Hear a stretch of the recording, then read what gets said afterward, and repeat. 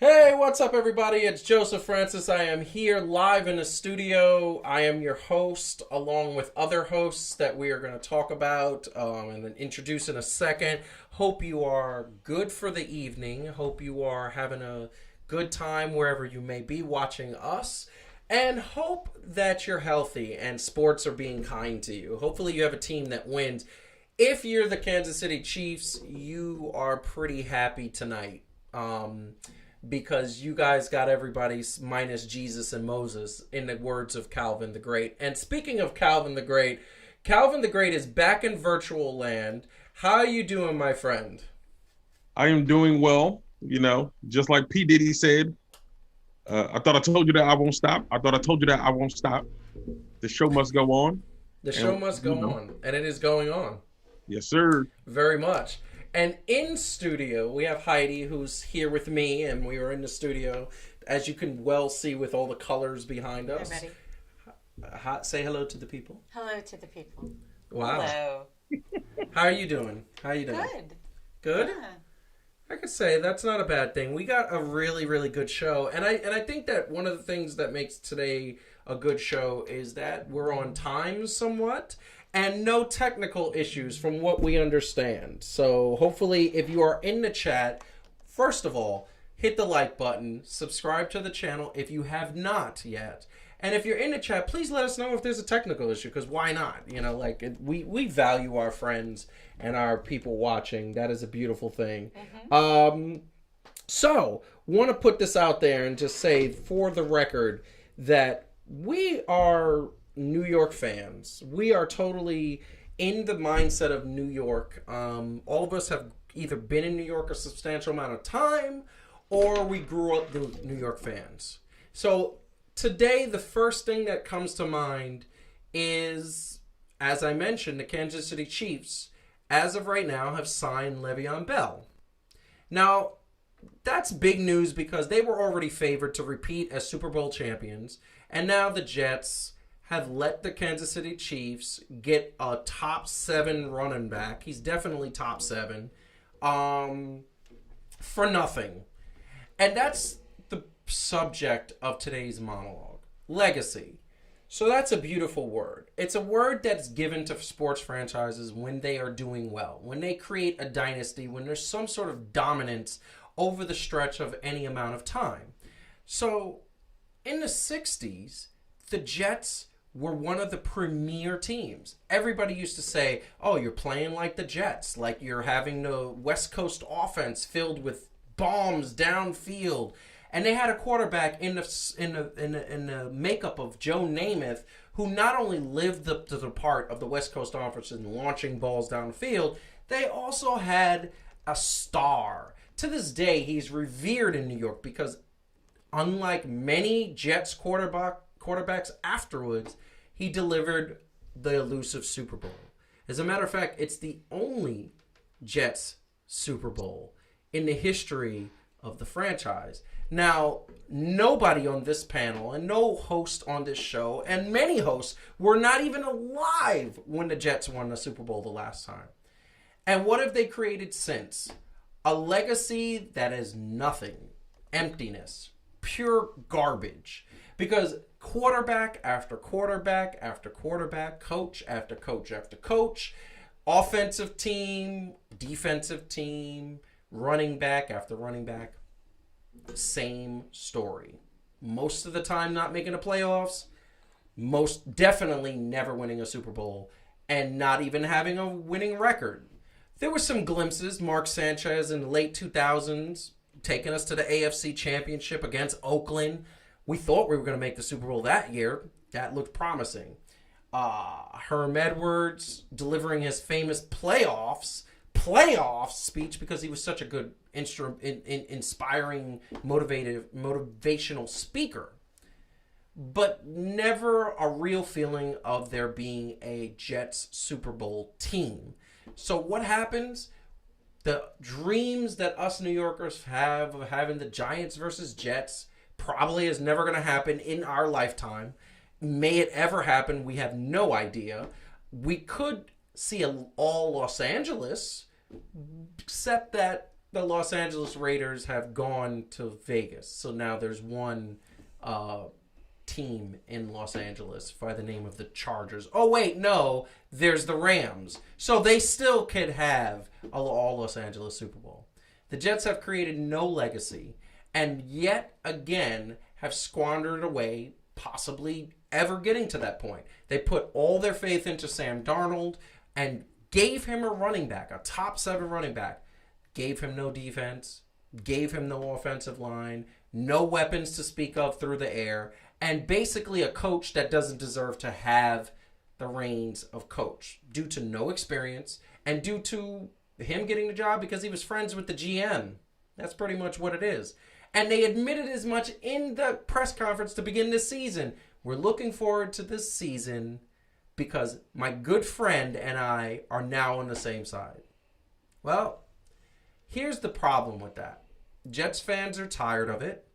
Jets fans have nothing to celebrate, and they gave away the one glimmer of hope.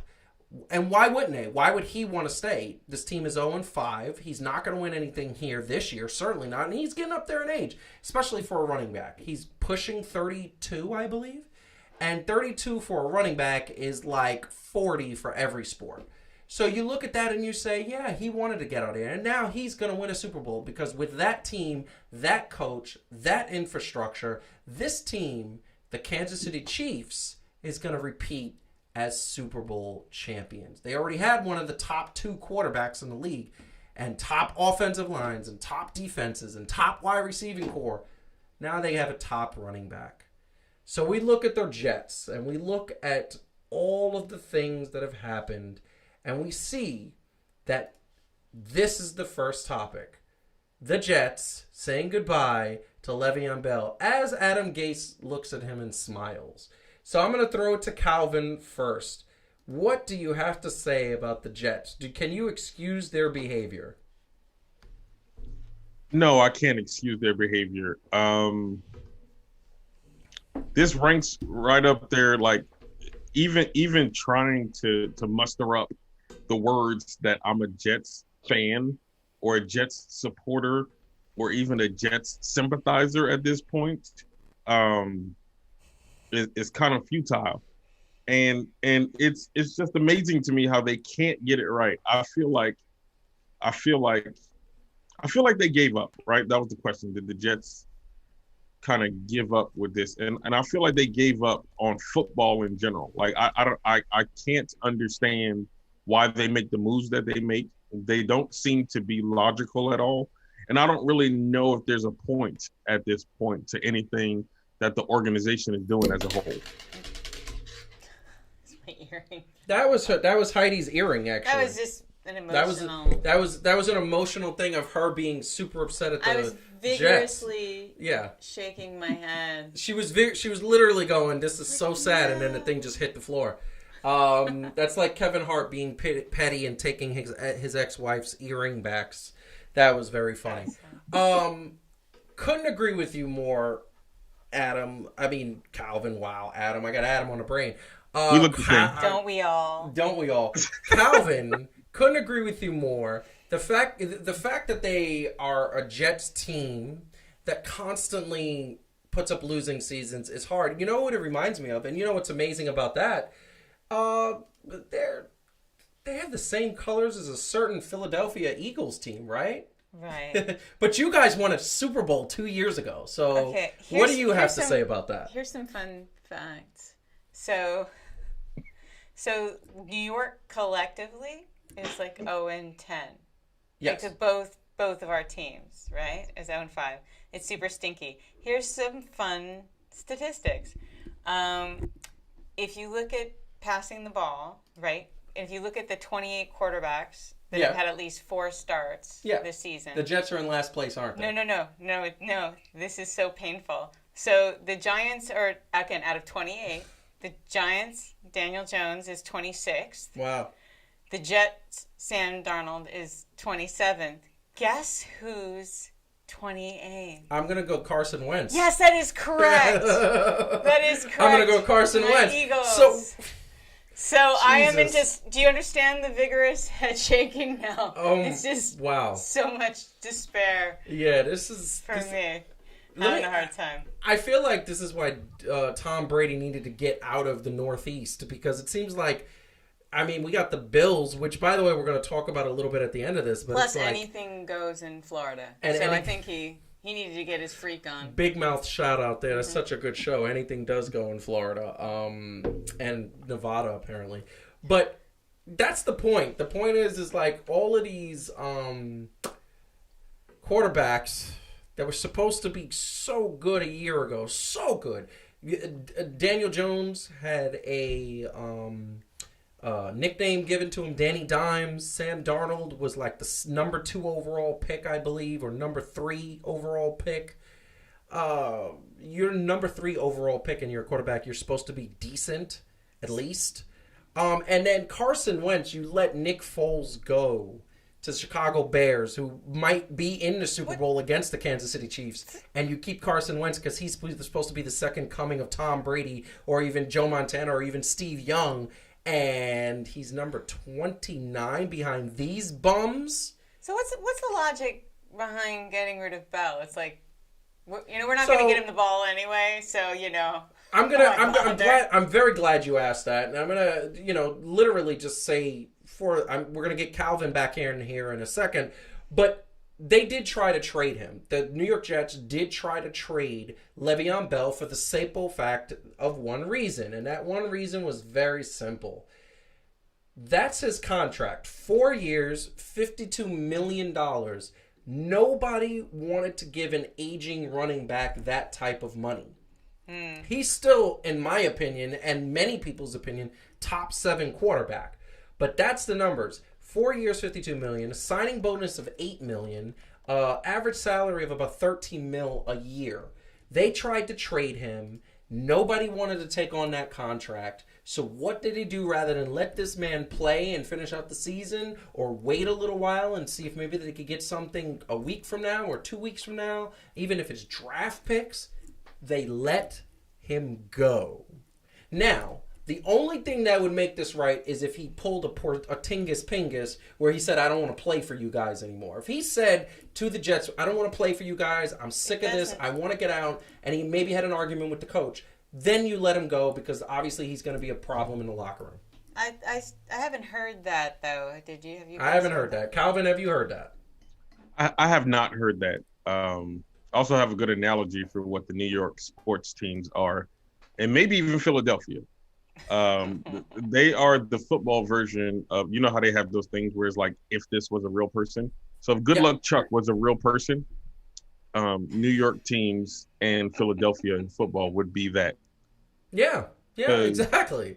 Because after they get the players, and then they do what Chuck did in the movie, I can't say that on a podcast.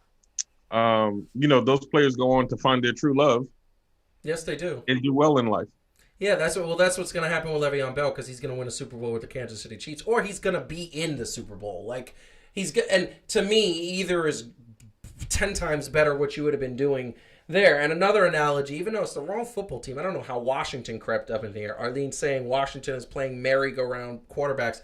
I'm going to tell you right now, I really wish the Giants and Jets would play merry-go quarterbacks. And the other thing I'm going to pose to all you people out there watching, you sat there for years and years and years and said, oh, Eli Manning, he's the worst quarterback. You know what's funny? No, he's not the worst quarterback.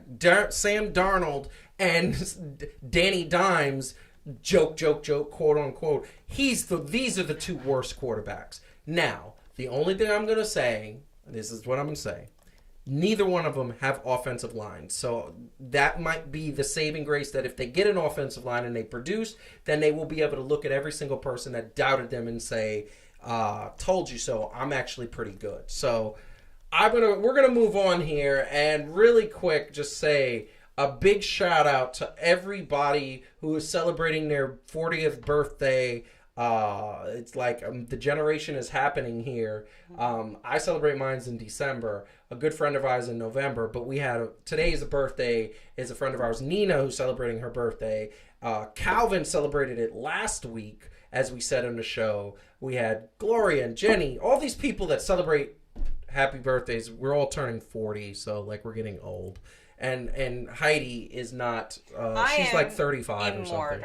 Yeah, you're there. You're there. So if you haven't hit the like button or haven't subscribed to the channel, please do so. We need subscribers always. We're gonna actually be begging you for subscribers, you the viewers out there, in a little bit with a couple of cool videos that are coming out that we're gonna post to the YouTube channel. So, you know, I am not ever a Dallas Cowboys fan. Everybody here knows that I hate with a passion the Dallas Cowboys because they are very delusional, because they believe they're going to win the Super Bowl every time they go 1-0, 2-0, and 3-0. And then they go 3-10, and then they're like, oh, well, you know, we're not saying much. I think there are people who don't know you who somehow still know that you don't like the Dallas Cowboys. I hate like the Cowboys. That is how the worst bet in the world ever for me would be if somebody said you had to wear a Cowboys jersey. Any era. Like even if it was Terrell Owens. We know what to do. And there it is. The big stakes bet right there. It's true.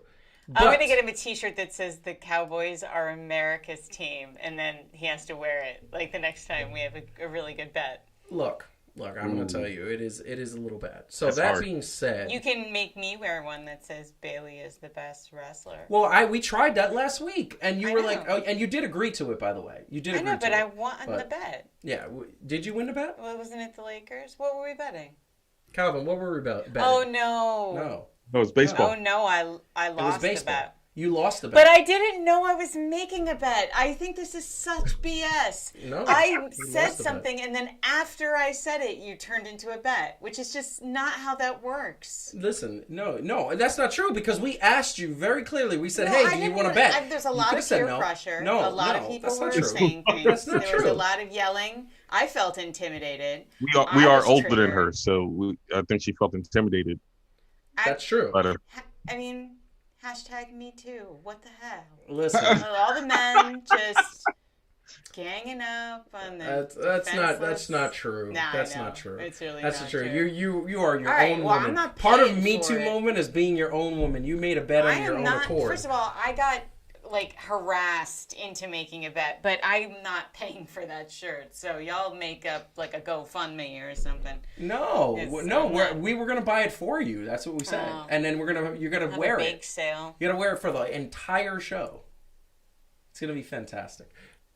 Bailey, that's her new thing. So, getting back to the Cowboys this week, for a moment, I had sympathy. I had sympathy for the Cowboys in this moment.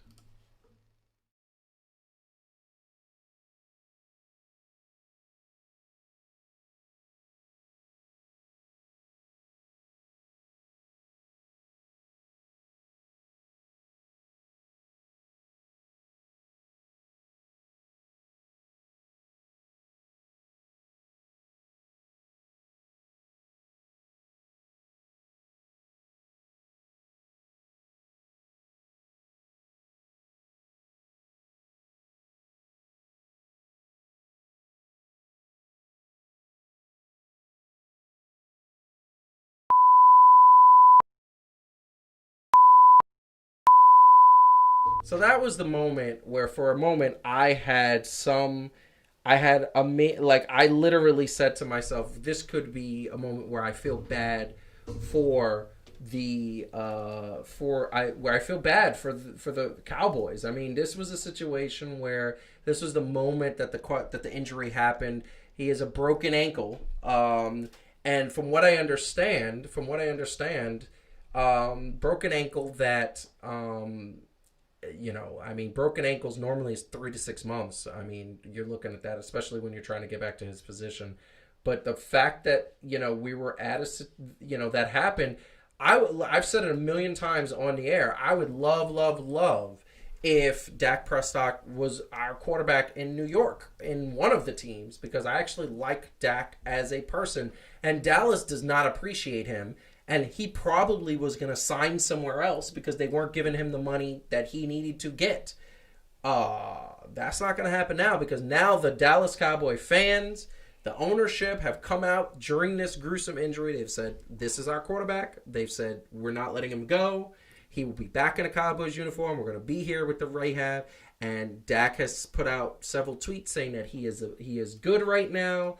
This was him being carted off the field. Obviously emotional, foot in a boot. But at the same time, he was very much saying, I want to be back. And several tweets since then have said he wants to be back. So, Calvin, I'm going to throw it to you. What do you feel about this? I mean, obviously, we never like to see anybody get hurt, but he still is a Cowboy. What do you feel? I feel bad for Dak Prescott personally. I think he was a very good athlete, even if he did play for the Cowboys. I don't feel bad for the Cowboy organization whatsoever. There's just things to me as a fan of football in general that I couldn't wrap my head around as to why they couldn't pay somebody who was producing for them. I mean, like, let's be real, he really was producing for them. So he deserved in that realm the money that he was asking for. Yes, I agree with that. So in that realm, I can't see why, like, this still goes back to the whole you know who Jerry Jones kind of reminds me of, honestly? John Voight in what was that movie? The football movie with the high school, West Canaan High. You know what I'm talking about? I really don't like. I don't like John Voight. I don't. Let me see. Hold on. I'm gonna get it. She's very good at this. Actually, it was Ali Lauder and whatever. Varsity Blues. Varsity Blues. There you Thanks, go. Arlene. Yes, he reminds me of that coach. Remember? Let's go. Like he cared more about football than he did about the actual players. You know what I mean? Yes. Like, he cared about the team, and that's what it sounded like to me. I'm not accusing, but it sounded like to me with him saying, "Oh yeah, we're gonna stick with him," and all this other stuff. And I'm like, I don't buy it. But I hope that he has a speedy recovery, and somehow that he plays well, but the Cowboys still lose because I'm a hater. Yeah, I mean, I think that's the general sentiment, and I'm trying not to be that way because I want to be sensible. I want to be, a piece of humanity. It's like you want to see somebody have a gruesome injury like that. But the one thing, the interesting thing that is coming from this is that now the Dallas Cowboys have to turn to Andy Dalton, who is actually a pretty good regular season quarterback. He's just not good in the playoffs. So are they going to do better? I hope not. I hope the Cowboys never see another playoff ever. But looking at that injury, Heidi, did you have sympathy? Because you hate the Cowboys probably just as much as I do. He's a nice guy. I'm not a monster. I didn't being a monster. I wanted Trump to get better. Like, I don't wish that on people. I do think, it's a 4 to 6 month rehab. There's some like optimism around, maybe he can come back faster. I mean, how much faster? And then do you really risk re-injuring him to get him in like one game? I mean, that doesn't make any sense. So he's done. But, nice guy. I hope he has a career somewhere else. Listen, I do too. He's gonna look. Dak Prescott is one of the best quarterbacks that I've seen in probably a long time, and he should be. He's a top. Certainly, he's better than anything the Giants or Jets have. Let's just go back to that conversation. But Dak is, like I said, I would trade both quarterbacks for him. And he's actually very smart. Like, he reminds me of a young Russell Wilson, and we know what Seattle's loving Russell Wilson. He's like the top 3 quarterback in the NFL right now. I didn't like seeing this. This was really bad. The Giants still lost, even though they lost Dak Prescott. The Giants still lost. I just was like, if any time you're going to win a game, they're going to go 0-16. But I looked at that and I said, they lost their quarterback. If we had a good quarterback, when Eli Manning got hurt, I said, oh my God, I don't want that to get hurt. And it was actually not that bad. Mm-hmm. So I totally get that. Calvin, what do you say? I say this. So this is the thing that I don't think is fair for Dak Prescott, and I don't believe that I'm making a point for the Dallas Cowboys, but here we go. When you don't have a complete team, right? The person, whoever is the star player at wherever they are, they have to perform more, right? In order for that team to kind of be relevant. And if you look at the Cowboys playing objectively, right? No haterade here in this statement. Dak Prescott is actually really good, right? Like when you watch him in most games, he's actually really good. He can go toe to toe with a lot of quarterbacks. He showed it when he played against Seattle and things like that. Where he seems to fail often is with receivers dropping balls or causing kind of interceptions. You don't really see him, like throwing the interceptions. And, there's the difference between a quarterback throwing it and a receiver messing it up and causing an interception. And his defense hasn't been stellar. Not his defense, obviously, but the team's defense, right? Like hasn't been stellar, which means that he has to produce even more to be able to win. Yeah. Right? I agree with that. So like, I feel like if now's on the Cowboys to create a better team, right? For the team to get better, so that if and when he does get back on the field, like there's no reason, honestly, that the Cowboys should not be in the playoffs almost every year. I mean, they don't have any competition going on now. Like they don't have anything else like there. But like Stephen A. Smith said, and I think it goes from the top down, right? Mm-hmm. All you got to do is give it a little bit, and something's going to happen. That I agree with. And unfortunately, at the expense of Dak Prescott, this is the thing that happened. Now, I do believe Andy Dalton will probably win more games than Danny Dime a dozen and Scott. What's his name? Scott Towels? Scott Tissues? Scott Tissues? I don't. Who are you talking about? What is it? For the Jets. Who? Oh no, my bad. Sam Darnold. Sam Darnold. Yeah. Wow. Scott Tissues? I figured since they was playing in the toilet bowl, it was some kind of tissue. I liked it. I didn't know who you were talking about, but now I get it. I didn't either. I forgot that quick. Wow. That is actually pretty. But the NFC East is like the women's division at AEW. It's like just watching like terrible fight terrible is just sad. You're 100% right. And we talked about it last week, right? Like the NFC East and the AFC East now. And by the way, this was the year I said Tom Brady's gone. Okay, let's see what the Jets do. And I said, out from under his shadow, like Brady's gone. This is our moment. Clearly,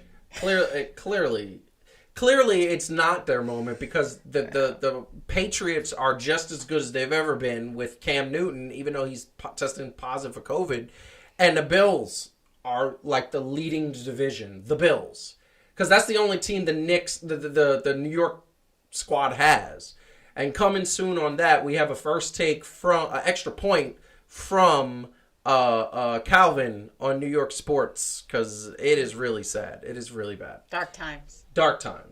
So we are going to move on from that as taking a look at the NFC East standings. The Giants at 0-5, the Redskins have 1-4, the Dallas Cowboys are 2-3. Like it's just saddening to me. And in the AFC, we got Buffalo at 4-1, and everybody else. Even the Miami Dolphins are better than the New York Jets. I don't even understand it. I don't even get it. It's just so horrible to me. So, oh God, it just gives me heartburn. So we're gonna move forward. If you're watching, please hit the like button, reminder, and subscribe to the channel if you haven't. Also follow us at Fan to Fan Show on Instagram, Facebook, and Twitter. So right now there's baseball happening. Baseball is going on. We have ALDS and NLDS. And the NLDS, we have the Dodgers and the Atlanta Braves, which, I'm rooting for the Dodgers all the way there. I actually had the Dodgers winning it all. And in the ALCS, we have the Tampa Bay Rays, which I've never been more of a fan of because they are facing the piece of garbage, cheating, lying, no good playing baseball Houston Astros that I can't stand. That is what is happening right now. And right now, the Houston Astros are down, I believe 3-1, if I'm not mistaken. I'll look it up. You are correct. Just to double check. But the Dodgers are down 2-1, which everybody, I was a little shocked. Me and Calvin talked about this offline. I don't think that we have anything to worry about the Dodgers because that first game was close. Second game, they kind of got away from them, but they came back and won the third game. They're only down 2-1. I need the Rays to beat Houston.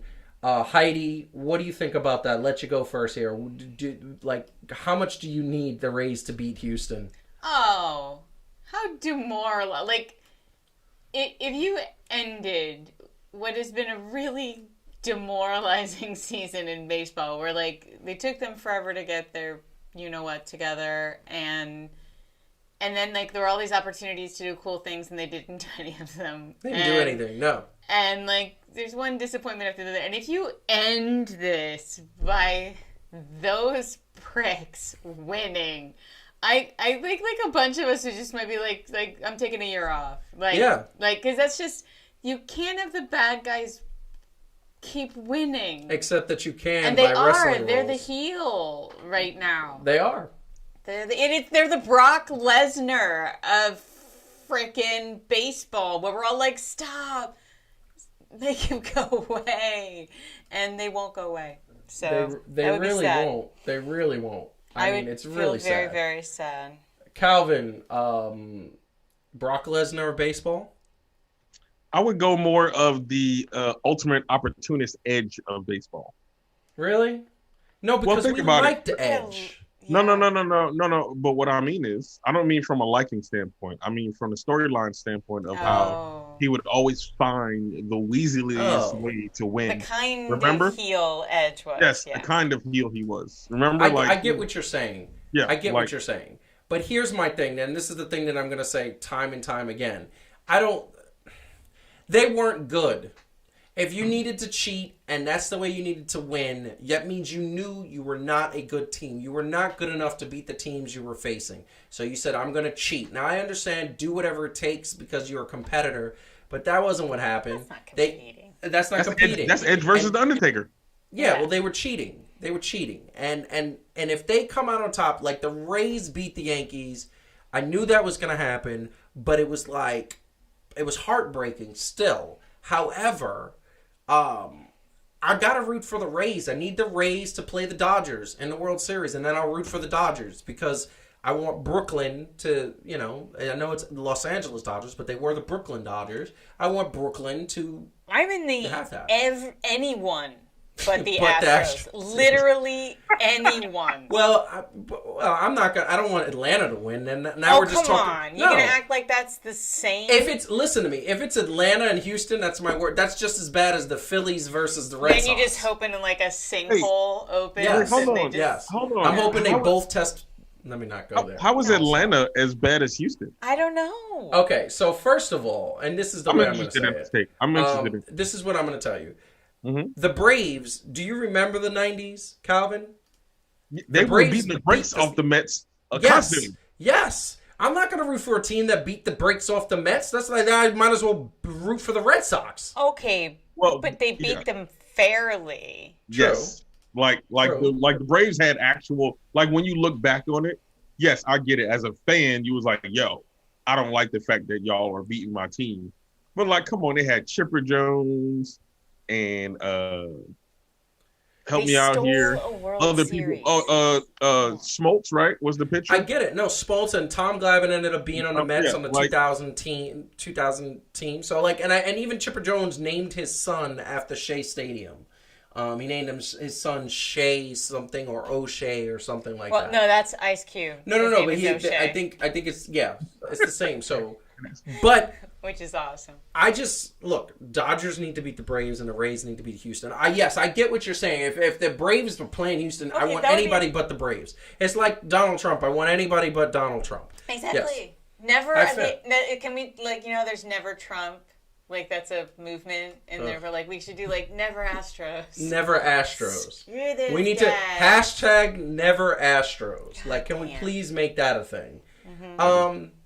But another baseball story is kind of going as we're moving along here, and it's a little bit related because in the previous series, the Yankees played the Rays, and the Yankees played the Rays in a sense that the Yankees played them, were expected to beat them, even though I was the one that said, no, that's not going to happen. Guess what?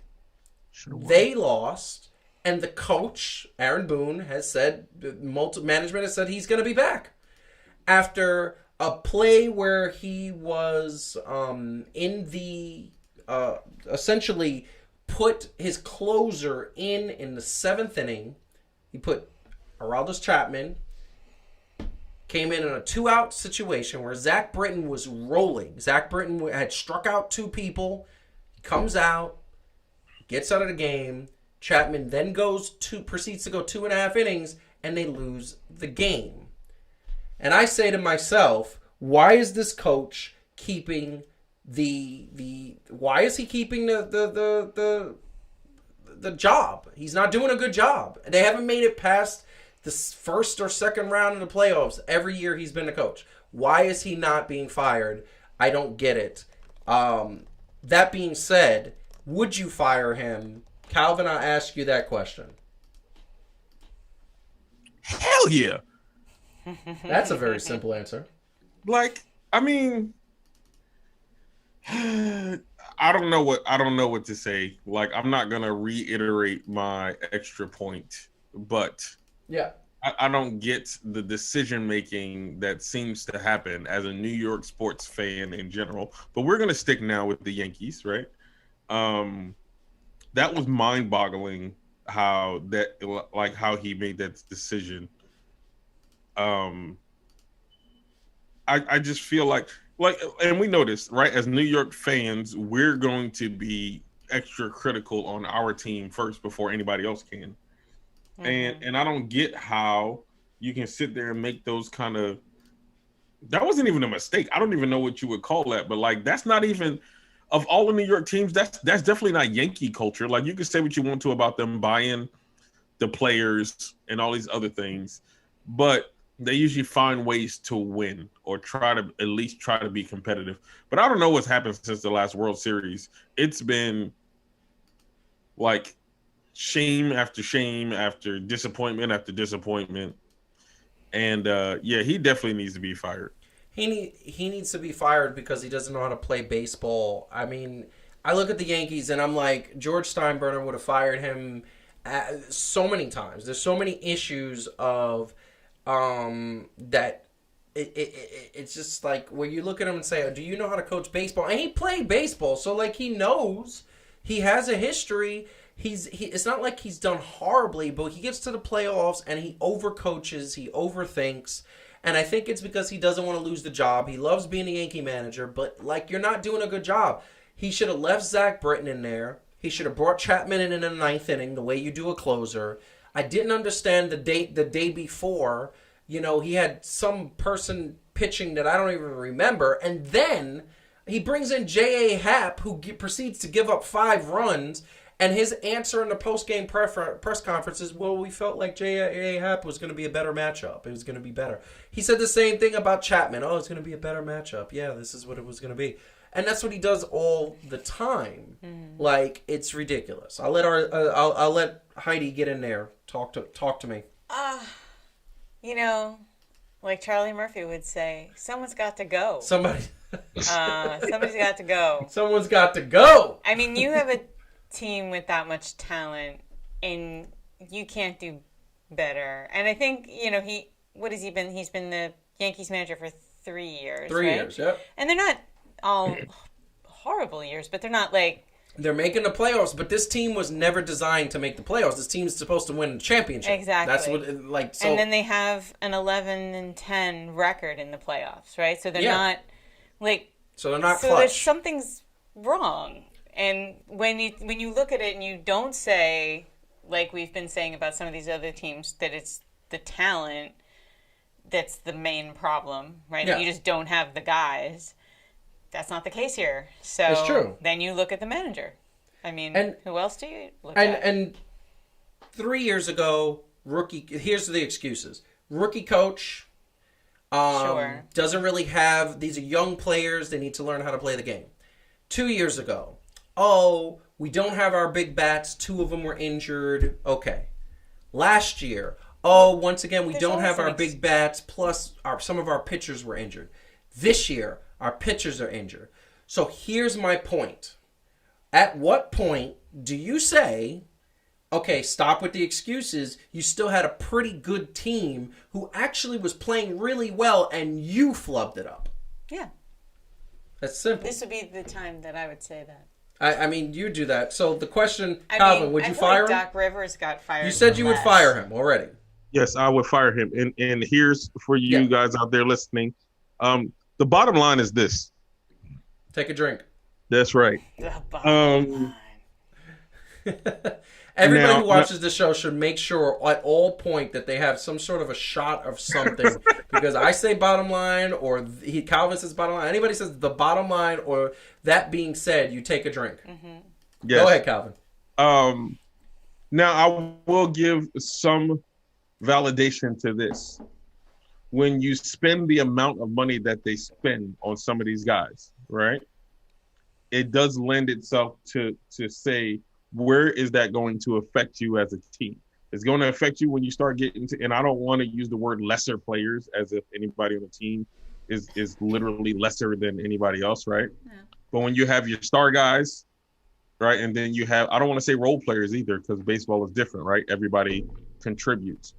But when you don't have your big money guys, right? But when there seems to be that difference, I don't know if like you said, right? Like the excuse, we don't have our big bats. Okay, well, if you don't have your big bats, you should have enough other bats to just kind of tweak the game enough. You should have enough bats. Right? Like you should tweak. You should be able at least to tweak it enough to go, okay, well, we ain't got nobody that's going to go yard for us, so we gotta, just get these hits, right? Grind it out like that. That's like I said, I think true. Doc Rivers got fired for less. Much less. Oh yeah. Much less.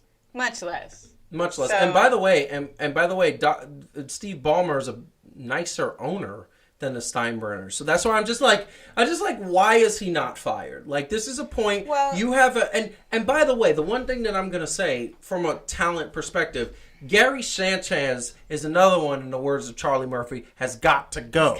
He's got to go. His bat is elite. He is an elite bat. He's a subpar catcher who doesn't work well with his pitchers.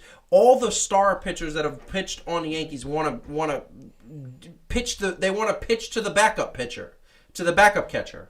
And I was a catcher. Joseph is touchy about bad catchers. I'm touchy. Not one of my pitchers that was pitching to me ever said I want to go with somebody else. And reason why, because I made sure to know that they meant everything to me and that it was our relationship. We got along. Yeah. When the pitcher says I don't want to work with him, there's a problem. That means the catcher has a little bit of an attitude problem. Well, and again, and by the way, other people have said he has an attitude problem. And by the way, who, if anyone, fixes that? The manager. The manager. Like, so... George Steinbrenner. And Hal Steinbrenner. Yes. I mean, look, we don't know that the actual conversation with Little Stein wasn't... Younger Stein wasn't, you got 1 year, and then of course he's going to come out and publicly say he's not going anywhere because you can't undermine confidence in a manager. But I feel like the actual conversations are probably scarier. I would say so. Than what he's saying publicly. I would say so. But look, he should be going now. So I think it's all shared that he's going now. Just want to give an update. A walk-off home run by the Houston Astros has forced a Game 6. So unfortunately, they still could come back and win. Hopefully they don't, because this was an elimination game tonight. The game is over. It is a final. Because that's the kind of year 2020 is, Calvin. It is an abomination. Yep. Very much. Very much. Hey, for catchers? Yes. Wait, for catchers, can we get Gary Carter? He might be a little bit old, but I think he can do a better job than Gary Sanchez does catching. He also might not be alive. It's fine. I think I still want him. No? All right. I'm just putting that out there. Yeah. I mean, that would probably be better. The corpse of Gary Carter. Let's do it. Maybe better. He was one of the greatest catchers in the history of the game. That's how good. And that's how good he is, and he probably still is one of the greatest catchers in the history of the game. So once again, we are moving on to the next and last subject, and it's the subject I've been looking forward to a lot. But please hit that like button, hit the subscribe button, follow us at social media at Fan to Fan Show on Instagram, Twitter, and Facebook. Weird thing happening with Facebook before we were on the air. There's a merge happening with Facebook, WhatsApp, and Instagram, and I think everything's going haywire. Yeah. And literally, we were posting to, we always do our marketing and our posts to let people know that we're going to be on the air here, and sure enough, it was not posting. We had to do them each individually, and Twitter wasn't posting at all. So, I think it's Skynet, 100%. Mm-hmm. Skynet's going to hear me say that, and I'm going to wake up and there's going to be a robot standing over the bed ready to take me out. No, I'm not that important. So, this past week, did you know that new champions were crowned in the basketball world? And why am I just hearing about this now? Oh wait. Yeah, the guys I thought would win. And by the way, you called it, so I'll give you credit to that. Okay, fine. Blah. Anyway, she did call that. She said the Lakers from the beginning of the bubble. She was Lakers. I said Clippers. And Calvin, who did you say? Clippers. Didn't he? Yeah, I said the Clippers. I think his long shot was. But you thought maybe Boston was your underdog it was pick. my long shot, but I definitely drank the Clippers Kool-Aid. Boston ended up being a solid underdog pick. They did, and what I was gonna say is that my underdog pick was Miami, so I was very happy about that. Yeah. They didn't win, but the Lakers are, in fact, the world champions of basketball and the NBA, and LeBron James has solidified his moment as the greatest player playing alive right now. He is the greatest player right now. There's no conversation about Kawhi. There's no conversation about KD because KD is hurt. So we know that LeBron James is the king. But of course, when you win championships and you're LeBron, you know what's going to come up next? It's going to be this debate. Who is the greatest of all time? Is it LeBron James? Is it Michael Jordan? Most people have said it's Jordan. That's pretty much what the consensus is. There are some people that say LeBron James is there and he's already overtaken. I personally think that it's LeBron James is second, Michael Jordan is first. Calvin, what do you think about that? Where do you put LeBron James' all-time great list? I actually agree with you. Mike first, LeBron second. Yes. And Heidi? So I was just plotting with Calvin in the chat that we should just agree with everything you say so you have no one to rail against. You know what? No, because we're going to... That's a good thing to do that. It's like the ancient Chinese thing where it's be the willow, don't fight back and then he'll stop. So... By the way, even the Harvard and Yale forensics teams, their debate teams, yes, they debated this. Yes. Yeah, because that's just how insane. And I would love to. Who won? I don't actually know. I don't actually know who got voted for the winner. I'll have to look that up. That would be interesting to know. So yeah, I mean, yeah, of course it's Michael. It's Michael Jordan and LeBron. Now. The more interesting question, which I think is where you're going, is there ever anything LeBron could do that would change people's minds? And honestly, they actually did a poll about this, and basically at least 50% of people refuse to have their minds changed. So some of it is just the devotion. Like, they're literally going, there is nothing he could ever do that would make me not say that Jordan was the best of all time. Yes. So, like, some of it is people dig in and they just won't have their minds changed. But reasonable people should be able to set a standard, right? So I think so. You're 100% that, there's so many people that say Michael Jordan. We have somebody in the chat, Nancy, saying James. And then we have a friend of ours that we went to high school with that was a Bulls fan in the 90s. And he says that LeBron James has overtaken Michael Jordan. I'm like, and me and him have gone back and forth. I'm like, how is that possible when Michael won 6 championships, LeBron won 4? And right there, you could say, oh, well, LeBron's made many more finals. But you know what the problem is? And this is what I'm going to throw out there. And I'm going to put this out there. And then we're going to get to that question, which is, can he do anything? Because that is the question of the day. Here's the stats. The stats, and we're talking about a per season thing, not career average, because LeBron started 4 years before Michael Jeffrey Jordan started. So, like, obviously he's going to have more career stats when we're talking about sheer volume. But the average for his career, Michael Jordan scored more because Michael Jordan is an assassin. He is a Kobe Bryant. Kobe Bryant is a Michael Jordan. He's that sniper that wants to put his knee in your neck even if he's up 40 points. That's the way Michael Jordan was.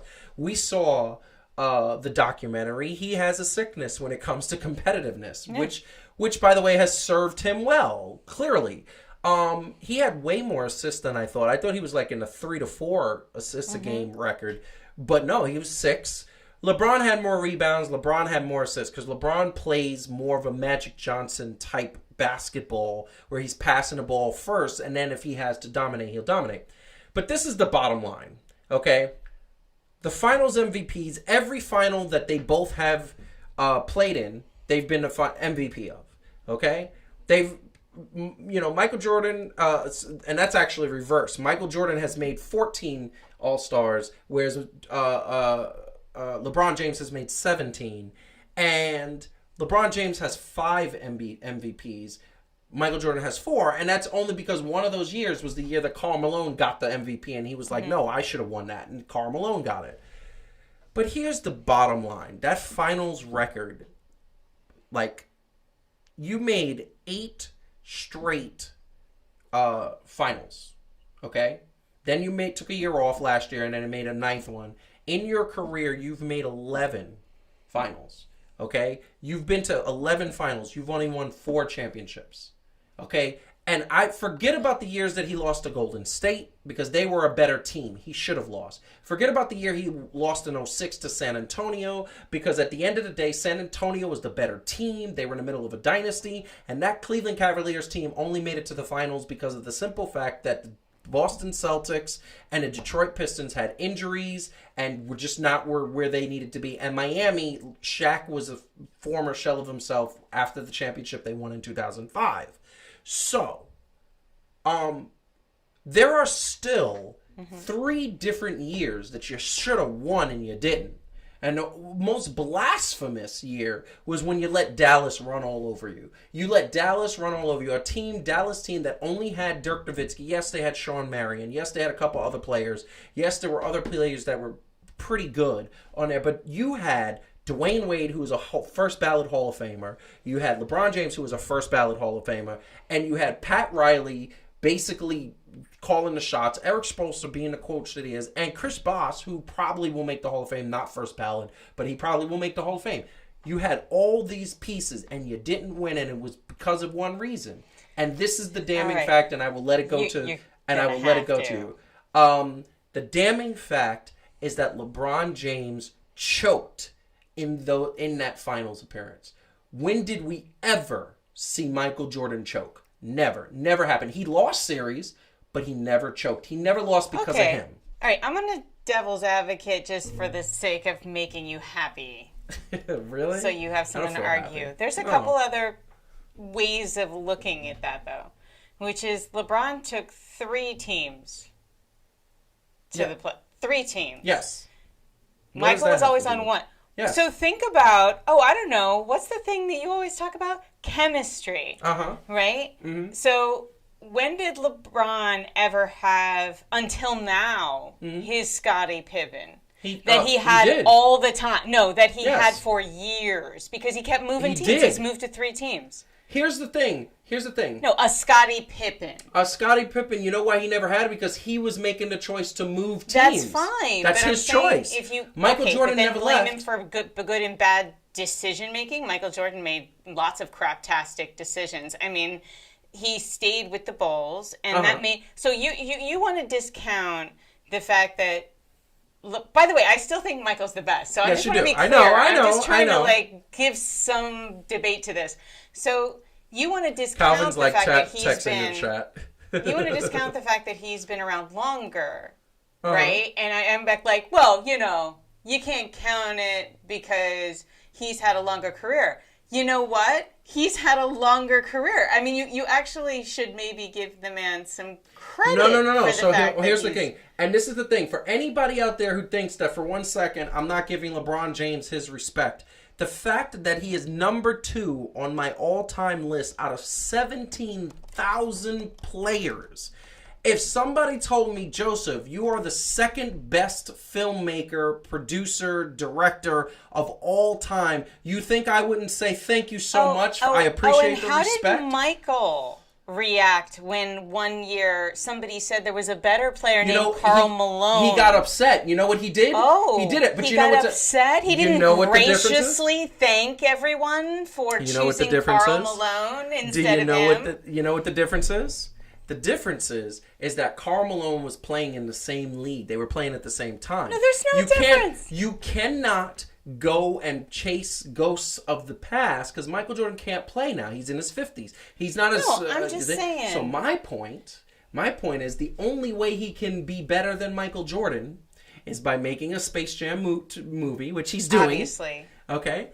By being very bad at running a basketball franchise. Well, no, but we're talking about player, not owner. So the movie is relevant, though. Okay, no, the movie's relevant because the movie happened while Jordan was playing. Isn't he making... He is. Yes, he is. So. Yes, he is. So, Calvin, we have to let Calvin talk. Calvin, come in here. Come here. What do you think?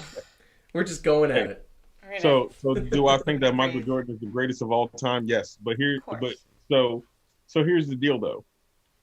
I feel like we have to acknowledge that those are 2 totally different eras of basketball that was being played. Of course. Yeah. Now, to ask who is the greater era, right? It means that people like us that are in our 40s or 40s. Don't try to call us old. No, we're going to say that the era that we kind of grew up on is better, right? That's general overall, while people would say the talent of the NBA today is better, naturally, right? Mm-hmm. Because when you had Michael Jordan doing what he was doing, and then you had people like Kobe and LeBron and Allen Iverson mimicking what he was already doing, you have a greater chance now of perfecting what you already saw done, right? Right. So if you have talent and you see that already, you got something to build off of. Yes. So this is the thing. Finish. I thought it was finished. Are you saying No. more? Oh, go ahead. Yes. So now there's different rules. There's a different type of NBA. Yes. But even in that different type of NBA, like it forced Michael Jordan to be the type of player that he was. Like he was already competitive. And the NBA forced people to be a lot more competitive, right? So you can't go with scores and numbers and things like that, because back then the Cavaliers were beast on defense because they was holding people under 80, 90 points that was scoring 100 points, right? So but were they a fantastic team overall? No. So, right? So I mean, it's hard to compare head to head what's going on because Michael Jordan didn't go 10 years in a row. Or 9 years in a row to the finals, no matter how great he was. I agree with that. So, like a lot of people say, why not, when you talk about championships, Bill Russell won 11 championships.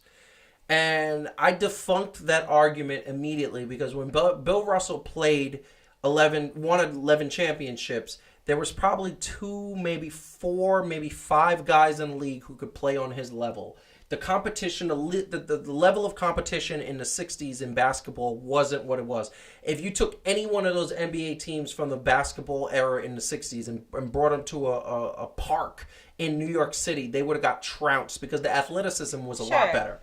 That being said, Bill Russell dealt with the same things that Muhammad Ali at the time was dealing with in terms of like racial injustice. He was one of the first Black African Americans in the NBA, and he was dealing with that stress. So Bill Russell is great. If he was alive, he is alive. If he was playing in the 90s and if he was playing in this age, I think he would have won 6 or 7 championships. In another age, in the 90s, which I think is the toughest age of basketball, he probably would have won 2 or 3 tops. Well, it was the literal toughest in the sense that people were mean and physical. They would punch you and you would get a foul. You could, to Calvin's point, it would be hard to argue that the caliber of talent isn't continually getting better and better. It's just that it was a different game. So, like, I think it's very tempting to say, oh, how would LeBron hold up playing against, like, Detroit, back then. And I don't know if that's fair to LeBron. I mean, but so this is hard. So Calvin's exactly right. Like you can't really compare really directly. And in a way, I think it's silly. Like, why do we have to even argue? You know why? And why this is why it's an interesting topic. Because the question is, can he ever do anything to get to the point where he is where everybody recognizes him as the best? In my opinion, this criteria has to be followed. He has to win 6 championships because Jordan won 6 championships. Sure. He also has to be MVP finals of those championships, and if he does, he will have more MVP championships than Jordan. Jordan had 6. If he wins 2 more, he'll have 6. He'll eclipse that. He'll tie him. Here's the bottom line. He might even win an MVP next year. He kind of should have won this year. Like, Antetokounmpo won, and I don't think he deserved it. I definitely felt like LeBron should have been the one to get the MVP. He is the most valuable player in the league. He is something. But the bottom line is LeBron has to win 6 championships. If he wins 6 championships, not only has he won the equal of Michael Jordan, he's also appeared in way more finals than Michael Jordan. I mean, you gotta get, how like in high school when we had the yearbook and somebody got to be like most likely to succeed and somebody got like most likely to not, in like all the different rankings. Like in basketball, it just feels like we should have that conversation where it's like somebody with longevity like LeBron and who has like, he plays, like you said, he plays differently than Michael did. Yes. Right? He plays more, because you showed some of his stats, but then there's other things like rebounds and blocks and stuff where he's also, his stats are higher than Michael's because he just plays differently, right? So yes. I almost feel like I'd be happier if we just gave like yearbook awards to all these guys, and fine, Michael is most likely to succeed then, but like every player playing in the NBA coming up should have the idea of I want to be the greatest of all time. Whether you make it or not is irrelevant. By the way, that should be a goal. The answer to the question when people will actually think LeBron is the best in the world is when we are all dead, because our generation will never say that it wasn't Michael. I will, Calvin. What is your criteria? Can LeBron? I want to hear specifics. Can LeBron ever be better than Michael Jordan? I don't know, because some people say championships is what matters, right? So if that's the case, then LeBron just has to win 2 more or 3 more in order to do that. You can say that he's had a greater prime. You can arguably say that LeBron James has had the most productive prime of his career than anybody that's ever played the game, regardless of age, right? And with the level of talent that he's had to face, talent-wise, I'm not talking about competition overall in the play of game and all the other stuff. It seems like you would give the edge to LeBron James as far as right? Mm-hmm. Like those teams, the Golden States, and they just didn't have those teams in the 90s. I don't know if there's any particular criteria though that you can go across the board and be like, this is what you need to do in order to be considered the greatest of all time. Because you can do it and it sounds great to us, but then somebody else is going to be like, well, yeah, what about this? Are they invalid? No. Right? No. And that's the thing about these conversations. That, I mean, like I said, I'm still going to say Jordan's the GOAT because we watched it with our eyes, right? We saw the whole game. We knew how it was played. So there's all of that. And I wasn't even a Jordan fan growing up, right? We hated Jordan. We were Knicks fans. Because of what he was doing and what he always had the ability to do. Yeah. And I mean, I wanted him to play for the Knicks on that 99 team.